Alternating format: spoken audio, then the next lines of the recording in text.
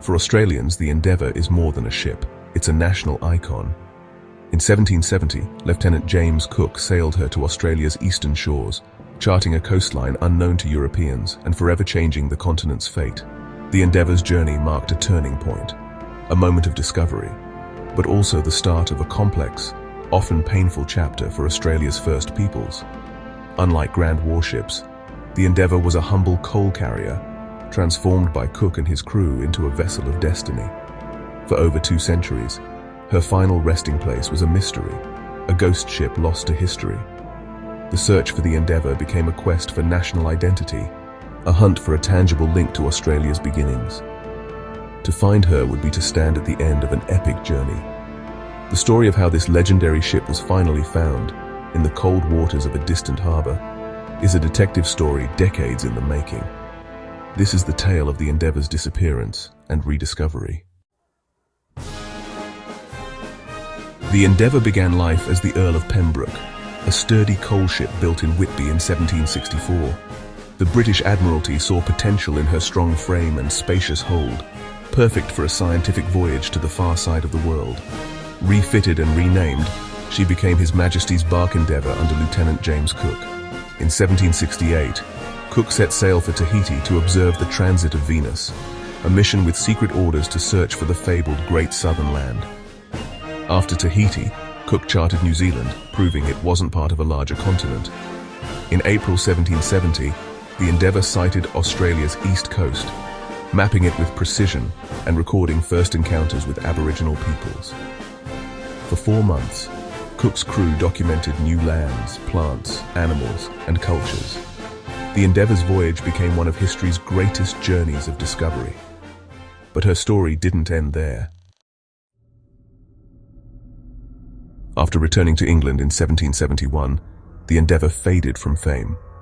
She was repurposed as a naval transport, ferrying supplies to the Falklands, then sold and renamed the Lord Sandwich. Her connection to Cook's voyage was erased. She became just another cargo ship. The outbreak of the American Revolution changed her fate again.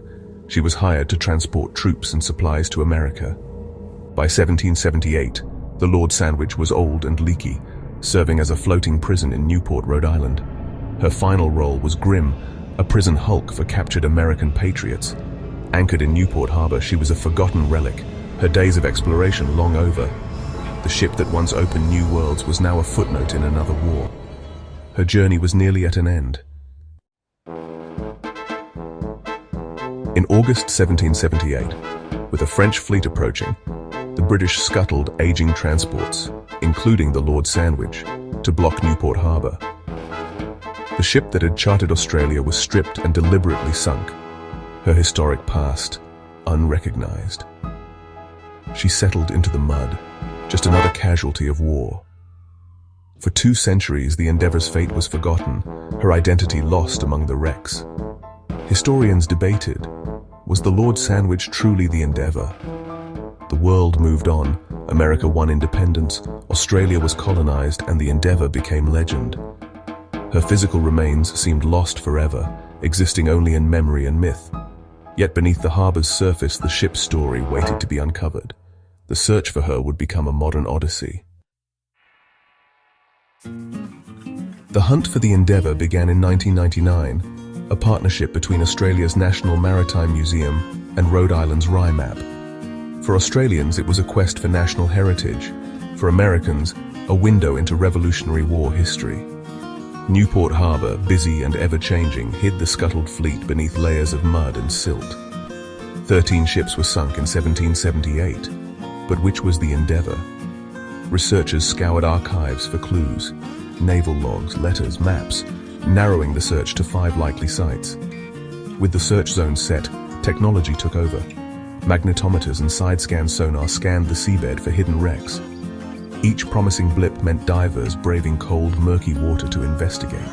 The process was painstaking, years of slow, methodical work. Every discovery brought hope, but also new questions. The team was searching for more than a ship. They were searching for a piece of history. The challenge was immense, but the stakes were high. Would they find the Endeavour, or would she remain lost forever? The answer lay buried in the mud. Diving in Newport Harbor was grueling, visibility often less than a foot, divers working by touch in thick silt. The team knew only a fraction of the Endeavour would survive, buried deep in mud. At Site RI 2394, they uncovered the remains of a large wooden vessel, timbers, ribs, and planking scattered on the seabed. Was this the Lord Sandwich? Was this the Endeavour? The real detective work began, matching the wreck's features to historical records. They measured timbers, sampled wood, and mapped every detail. The checklist was strict size, construction, materials, and evidence of her final role as a prison hulk. Each clue was a whisper from the past, a piece of a centuries-old puzzle. The team worked season after season, gathering data and hope. Slowly, the evidence began to point to a remarkable conclusion. Science held the key to the Endeavour's identity. Timber analysis showed the ship was built from European oak and elm, British, not American. The team compared the wreck's structure to original Admiralty plans for the Endeavour. The hull's dimensions, frame spacing, and keel shape matched almost perfectly. They found evidence of repairs and modifications unique to the Endeavour, including a sheathed keel and a pump well for her prison hulk days. Other wrecks in the area were ruled out. Wrong size, wrong wood, wrong story. Only RI 2394 fit every criterion: the right size, materials, and life story. The preponderance of evidence was overwhelming. After 26 years, the team was confident. They had found the Endeavour. The ship's identity was written in her timbers, waiting to be read. The legend was no longer just a story. It was real, resting on the harbour floor. But the discovery sparked new controversy. In 2022, the Australian National Maritime Museum announced the discovery. The Endeavour had been found. For Australia, it was a moment of pride. For the world, a historic revelation. But in Rhode Island, RIMAP's Dr. Kathy Abbas called the announcement premature, insisting more research was needed. The partnership fractured, one side confident, the other demanding absolute proof. The debate centered on standards overwhelming evidence versus indisputable certainty. The public was caught in a scientific standoff. Years passed as both sides compiled data and reviewed findings. In June 2025, the Australian Museum published a comprehensive report, laying out every piece of evidence. The case was clear. The wreck could be no other ship. The debate may linger, but the Endeavour story had a new chapter, one grounded in science, not just legend. The world finally knew where the Endeavour rests. The confirmation of the Endeavour's resting place closes a major chapter in maritime history.